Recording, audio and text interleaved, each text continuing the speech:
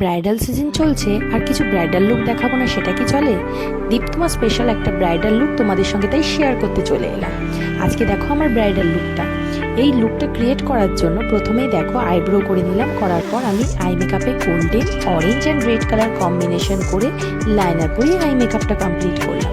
করে pre base করে নিলাম। প্রি বেস করে তারপরে আমি এইচডি মেকআপ দিতেই হবে, অবভিয়াসলি ব্রাইডাল লুক বলে কথা, তাহলে সেখানে তো এইচডি মেকআপ আমাকে দিতেই হবে।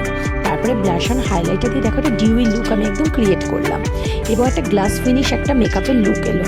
তারপরে দীপ্তমা স্পেশাল সাবেকি কলকা তো চাই চাই, সেখানেই কি শেষ? একদম না, বাঙালি বিয়ে বলে কথা, হাতেও একটু কলকা করে দিলাম। ইন টোটাল লুকটা এবার দেখো পুরো সাবেকি একটা বেঙ্গলি ব্রাইডাল লুক।